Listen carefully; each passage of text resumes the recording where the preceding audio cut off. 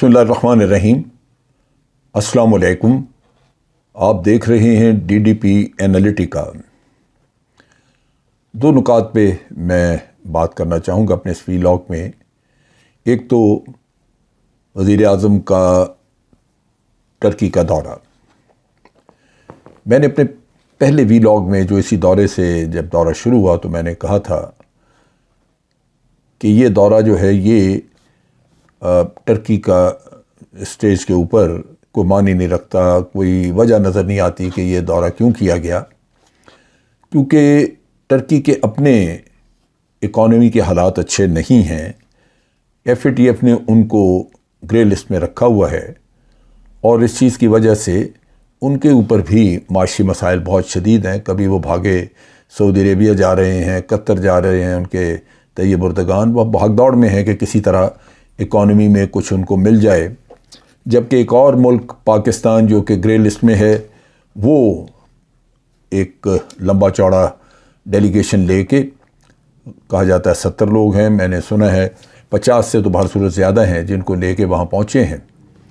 اور اس ملک میں جو یہ دونوں جو گرے لسٹ میں پڑے ہوئے ہیں ملک، یہ بیٹھ کے تو کیا اکانومیز کو بہتر کرنے کے بارے میں سوچیں گے۔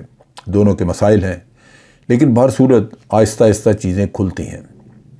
آج میں نے ویڈیو دیکھی جس میں کہ پرائم منسٹر شہباز شریف جس زرخانے میں بیٹھے ہوئے ہیں، وہاں پہ ڈگنیٹریز ہیں، ان میں سلمان شہباز بھی نظر آئے وہاں پہ بیٹھے ہوئے۔ اب سلمان شہباز کا کیا کام؟ Salman Shehbaz corruption, money laundering اور اس طرح کے کیسز میں اپنے والد کی طرح وہ بھی ملوث ہے، لیکن وہ ملک سے بھاگا ہوا ہے، فرار ہے، اور وہ انگلینڈ میں کہیں، اور اس فرار آدمی کو عدالتیں مانگ رہی ہیں، لیکن وہ نہیں آیا اور انگلینڈ میں موجود تھا۔ اب وہ مفرور انسان جو ہے وہ آپ کو سرکاری دورے میں نظر آتا ہے وہاں پہ جہاں پرائم منسٹر بیٹھے ہوئے ہیں۔ اب ذرا اندازہ کر لیجئے کہ عدالتوں کو مطلوب لوگ، ضمانتوں پر بیٹھے ہوئے لوگ، مجرم، بے شمار مقدمات میں پھنسے ہوئے، منی لانڈرنگ کے چارجز، وہ آج معتبر ہیں۔ اسی طرح جب پرائم منسٹر نے سعودی عربیہ کا دورہ کیا تھا تو وہاں میاں نواز شریف کے لڑکے جو بھاگے ہوئے تھے یہاں سے، وہ وہاں پہ نظر آئے سرکاری بات چیت میں بیٹھے ہوئے۔ سو اس سے یہ لگتا ہے، نظر آتا ہے کہ یہ دورے جبکہ ویسے تو سرکاری پیسے پہ ہوتے ہیں، بہت بڑے بڑے ڈیلیگیشنز جاتے ہیں، لیکن درحقیقت پس پردہ مقاصد کچھ اور ہوتے ہیں۔ آپ اپنے معاملات طے کرنے یا اپنے بزنس انٹرسٹ کو دیکھنے کے لیے وہاں جاتے ہیں۔ پرائم منسٹر کو ہوتے ہوئے وہاں پہ میاں منشا کو بھی غالباً بلایا گیا، کیونکہ جو خبریں ہمیں ملی ہیں اس میں یہ تھا کہ میاں منشا ترکی جا رہے تھے۔ یہ خبر کبھی باہر نہ آتی، پتہ نہ چلتا اگر میاں منشا کا جہاز رستے میں خراب نہ ہو جاتا۔ میاں منشا اپنے پرائیویٹ جیٹ میں جا رہے تھے، پرائیویٹ جہاز میں، اور ان کا دورہ ترکی کا ہو جاتا پرائم منسٹر کے ساتھ، اور یہاں کسی کو خبر بھی نہ ہوتی، لیکن وہ جہاز جو ہے وہ خراب ہوا اور رستے میں کسی ملک میں وہ اتارا گیا، وہاں اس کی وہ مینٹیننس وغیرہ ہوئی، تو وہاں سے خبر پتہ چلی کہ ترکی جاتے ہوئے میاں منشا جو ہے وہ یہاں رکے، اور میاں منشا کے کانٹیکٹس آپ کو پتہ ہے کہ کیا ہیں۔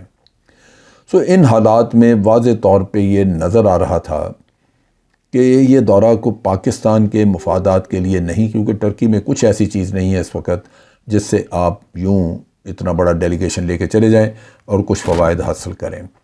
سو نظر آ گیا کہ آپ بنیادی طور پہ اپنے مفادات کے لیے کر رہے ہیں، اور وہ پہلے دن سے یہی کچھ ہے کہ یہ سب لوگ اپنے اپنے مفادات کے لیے بھاگ دوڑ کر رہے ہیں، لگے ہوئے ہیں۔ دوسرا ایشو جو ہے وہ ریلیٹڈ ہے لانگ مارچ سے، جہاں پرائم منسٹر نے یہ کہا تھا، یعنی ex prime minister Imran Khan نے یہ کہا تھا کہ ہم پٹیشن ایک دائر کر رہے ہیں سپریم کورٹ میں، اور اس پٹیشن کے فیصلے کے بعد ہم آگے بتائیں گے کہ لانگ مارچ کیسے کرنی ہے، کیونکہ پہلے لانگ مارچ کا یہ کہا گیا تھا کہ 6 دن کے بعد وہ اناؤنس کریں گے۔ پہلی لانگ مارچ تو کال آف ہو گئی، لیکن اب یہ طے ہوا تھا کہ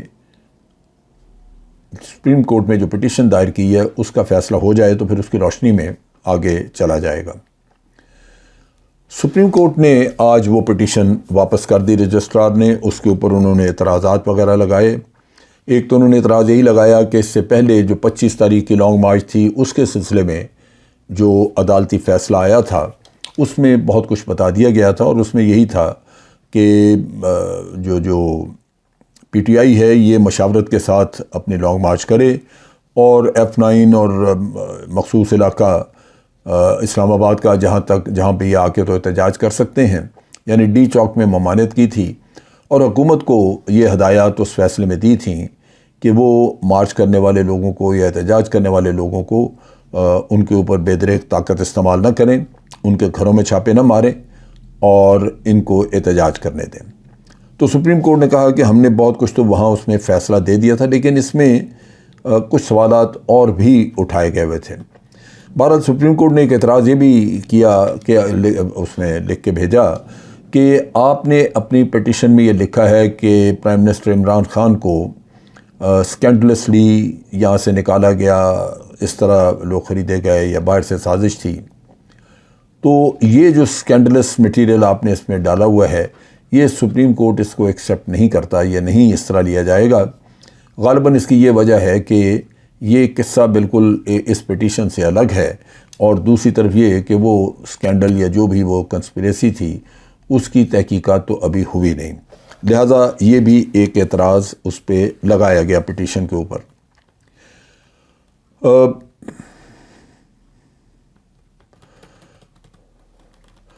اس میں پٹیشن میں سپریم کورٹ سے ایک اور پٹیشن کے معاملے میں جو کہ غالباً اسد عمر کے سلسلے میں دی گئی ہے، وہ اس میں کہا گیا تھا کہ سپریم کورٹ یہ واضح کرے کہ آئین میں یہ دیا گیا ہے کہ آپ کو شخصی آزادی حاصل ہے، آپ کو اسپیچ فریڈم ہے، آپ کی آزادی اظہار رائے آپ کے پاس ہے، اور اسی طرح آپ کے پاس مجمع بنانے کی، جمع ہونے کی آزادی آپ کے پاس موجود ہے.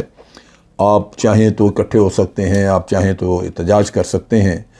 لیکن یہ جو حکومت نے آرڈرز دیے فورسز کو اور گھروں پہ چھاپے مارے، رکاوٹیں کھڑی کیں، یہ آئین کے متصادم ہے، آئین کے اندر جو دی گئی سہولت ہے اس سے متصادم ہے.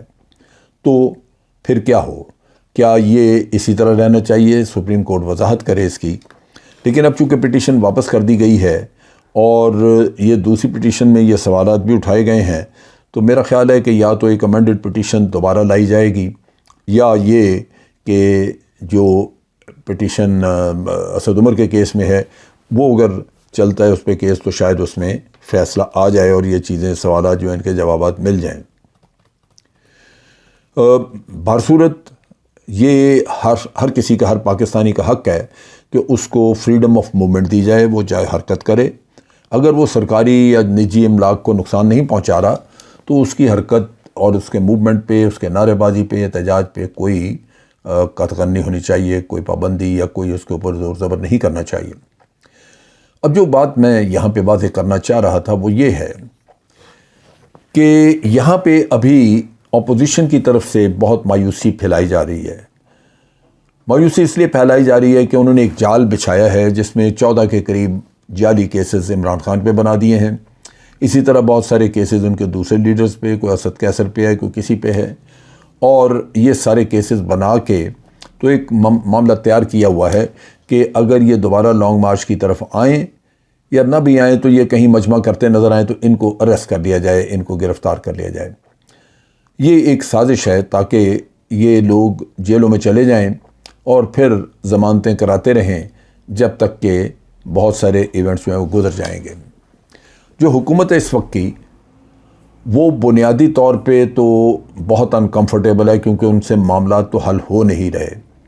دوسری طرف ان کے سر کے اوپر خوف سوار ہے عمران خان کا، لہذا باقی معاملات پہ توجہ دینے کی بجائے وہ اس خوف کے ساتھ جنگ لڑ رہے ہیں جو عمران خان نے ان کے سر پہ طاری کیا ہوا ہے.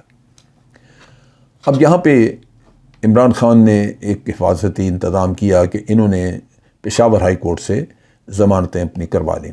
ضمانت 25 تاریخ تک کی، اس کا مطلب یہ ہے کہ 25 کے بعد یہ دوبارہ جا کے ضمانت کروا سکتے ہیں، لہذا 25 تاریخ تک ان لوگوں کی گرفتاریاں رک گئیں. اب یہاں پہ 25 تاریخ تک رک گئیں. کیا 25 تاریخ سے پہلے کوئی لانگ مارچ ہوگا؟ میں نے اپنے اس سے پہلے بھی وی لاگ میں کہا ہے کہ لیڈرز کو فیصلہ کرنے سے پہلے سوچنا چاہیے کہ کیا وہ اپنے فالوورز کو، اپنے ورکرز کو، اپنے سپورٹرز کو کہیں غیر ضروری خطرات سے دوچار تو نہیں کر رہے، کہیں ان کو ان کی استطاعت، ان کی ہمت طاقت کو بہت زیادہ سٹریچ تو نہیں کر رہے. یہ چیزیں دیکھ لینی چاہیے، پھر فیصلے کرنے چاہیے. لیکن یہاں پہ جو مایوسی پھیلائی جا رہی ہے حکومت کی طرف سے، کیونکہ ان کے سر پہ خوف طاری ہے، وہ بار بار اس کی عمران خان کی وقتی خاموشی کی وجہ سے وہ یہ کہہ رہے ہیں کہ عمران خان اب ختم ہو گیا، اس کا قصہ ختم ہو گیا، لانگ مارچ فلاپ ہوئی، اب مزید کچھ نہیں، اور اب عمران خان ایک شکست خوردہ آدمی ہے جو کہ مزید کچھ نہیں کر سکے گا. خوف طاری ہے ان پہ، جس کی وجہ سے یہ بہت ساری دھمکیاں بھی دے رہے ہیں کہ ہم یہ کر دیں گے، وہ کر دیں گے، اگر لانگ مارچ آئی تو ہم چھوڑیں گے نہیں، 4 آدمی بھی اکٹھے ہوئے تو ہم پکڑ لیں گے. یہ سارے خوف کی علامت ہے. لیکن اس کے باوجود وہ یہ کہہ رہے ہیں کہ اب عمران خان کچھ نہیں کر سکتا، ہم اب مطمئن ہیں، ہم تو اب اور کام کریں گے. یہاں ایک چیز میں واضح کروں کہ عمران خان کو جو میں جانتا ہوں، وہ آدمی آسانی سے شکست ماننے والا نہیں ہے. میرا مشاہدہ اس کے بارے میں یہ ہے کہ جب اس کو ایک ناکامی ہوتی ہے تو وہ اس کے بعد منصوبہ بندی کر کے زیادہ پرزور طریقے سے، زیادہ ولولے کے ساتھ وہ پھر میدان میں آتا ہے. اللہ تعالیٰ نے مختلف لوگوں کو مختلف اہلیت دی ہوتی ہے. عمران خان کو غالباً یہ اہلیت دی ہے کہ وہ شکست سے گھبراتا نہیں، اور غالباً شکست اس پہ بہت زیادہ اثر انداز بھی نہیں ہوتی. یہاں میں اس کو شکست نہیں کہوں گا، میں یہی کہوں گا کہ یہ ایک وقت پہ ناکامی ہے، جو کہ اس کی کچھ اپنی غلطیوں کی وجہ سے، کہ ان کے لیڈرز نے اس گرمی میں شاید پوری طرح محنت نہیں کی اور لوگ اکٹھے نہیں کیے، پنجاب سے خاص طور پہ، کے پی کے سے تو بہت آئے تھے. اور دوسری طرف یہ کہ غالباً پی ٹی آئی کو اندازہ نہیں تھا کہ ان کے ساتھ اتنا زیادہ، ان کی عورتوں کے ساتھ، بچوں کے ساتھ اور ان کے ساتھ اتنا ظالمانہ سلوک کیا جائے گا. یہ بصورت حقیقت ان کے اوپر کھلی. لیکن جو لوگ اس خوش فہمی میں مبتلا ہیں کہ عمران خان شکست کھا کے چلا گیا، ختم ہو گیا، اور اب یہ جو کرپٹ مافیا ہے یہ آزاد ہے، جو جی چاہے کرتی رہے، وہ میرا خیال ہے غلطی پہ ہیں. تمام وہ لوگ جو عمران خان کو یہ مشورہ دے رہے ہیں کہ اپنی حاضری کو منظم بنانے کے لیے آپ پارلیمنٹ میں چلے جائیں، وہ غلط کہہ رہے ہیں. میرے نقطہ نگاہ سے یہ پارلیمنٹ ایک غیر قانونی اور ایک سازش کے ذریعے مارز وجود میں آئی.